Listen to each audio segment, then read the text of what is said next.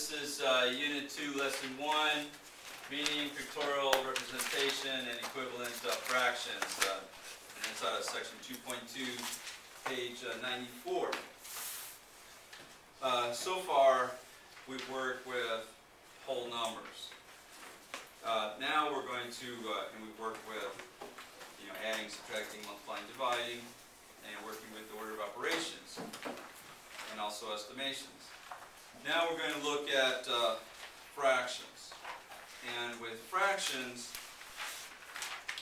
we're going to make extra sure that everybody understands how to do these, because typically the Unit 2 test is one that people tend to want to retest on, more so than the other tests. So we want to make sure that everybody understands fractions. The first couple of problems on the homework, it talks about express the shaded portion of the circle as a fraction. So if we want to express this shape as a fraction, here we have a circle, and then that circle is split up into sections, and we'll assume that these are equal sections. And we could say that these sections are shaded.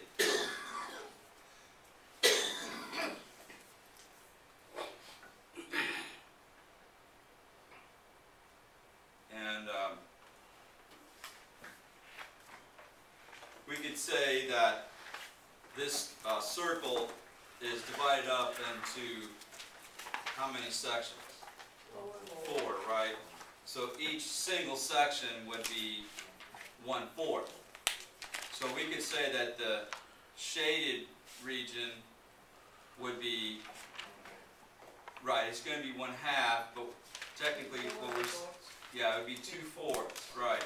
And then that's right, it would equal to 1/2. You could simplify it, because the shaded region covers 1/2 of the whole circle, even though there's 2 sections that are shaded out of 4. So that's why you can take a fraction and you can simplify it, because overall that fraction is, in this case, 1/2. Okay, so now let's say that we want to express the shaded portion of the circle as an improper fraction and as a mixed number. So if we're looking at this next circle, let's say we have 1, 2, okay, and these sections are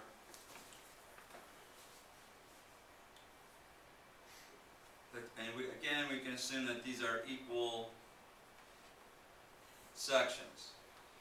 So we can say that there's how many, this circle is divided into how many parts? Well, it's, 8. And one way you can look at it is, okay, this is 1, 2, 3, 4, so the other one's 1, 2, 3, 4, that's 8. And so this other one is also divided into 8 sections.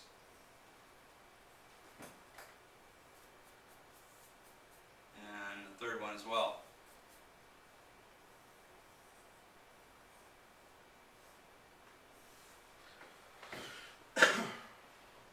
And let's say that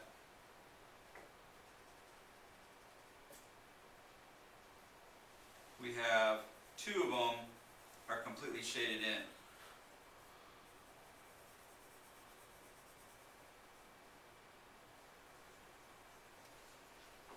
And in the third one, we have all but 3 that are shaded in. So, probably should have sectioned it off beforehand. Would have made it easier, but I'll just go ahead and redo it.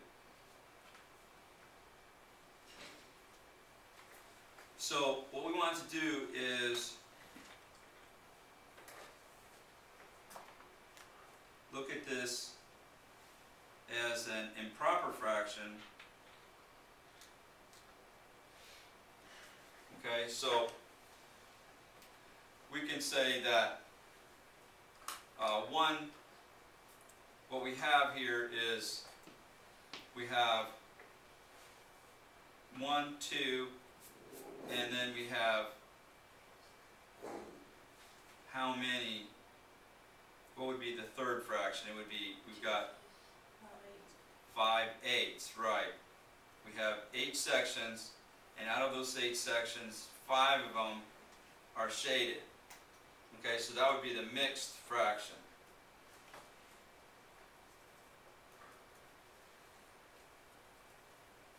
Now, it also asks for an improper fraction, and so what we do here is we multiply the whole number times the denominator, which would be 2 times 8, that gives us what? 16, and then we add 16 plus 5. Okay, 16 plus 5 is 21. So we could say that this is 21/8. Okay? So we take the whole number, multiply it times the denominator. 2 times 8 is 16. 16 plus 5, and then we add the numerator. 16 plus 5 is 21, and that gives us 21/8. Okay? So for these problems, I think it's easier to start off as a mixed fraction and then work it as a improper fraction. And then what you want to do at this point is see if you can simplify that, which in this case we can. So that's our answer. These two are, both of these are the answer. Okay? All right, any questions with that?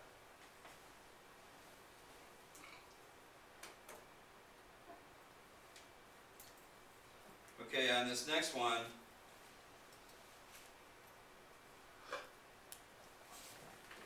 we have write as a mixed fraction or whole number.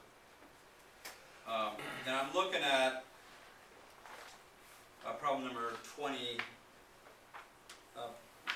We're looking at problems 9 through 28, where it says we want to write the improper fraction as a mixed number or whole number. Well, the only way you would write it as a whole number is if it completely cancels out and there's no fraction, just a whole number.